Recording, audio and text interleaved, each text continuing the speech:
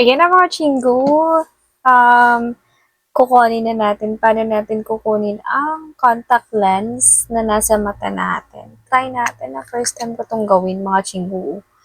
Kaya, samahan niyo ako. Paano natin ito kukunin? So, kailangan lang natin i-prepare muna itong solution kung saan ilalagay natin yung ating lens.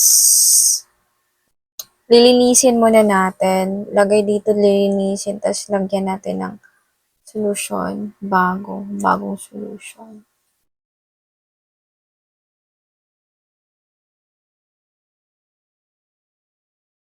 Ayan. Ganyan lang siya mga chinggo. Ito, nakuha ko na.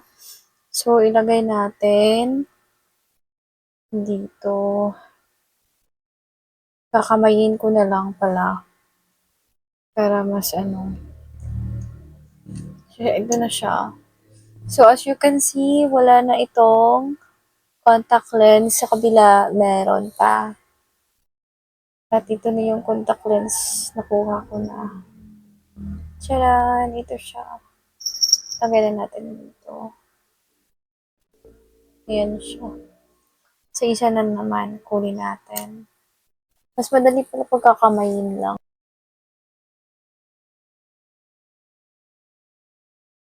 Ayan. Tcharan! Ganyan siya mga chinggo. Ito na. So, lalagay natin dito.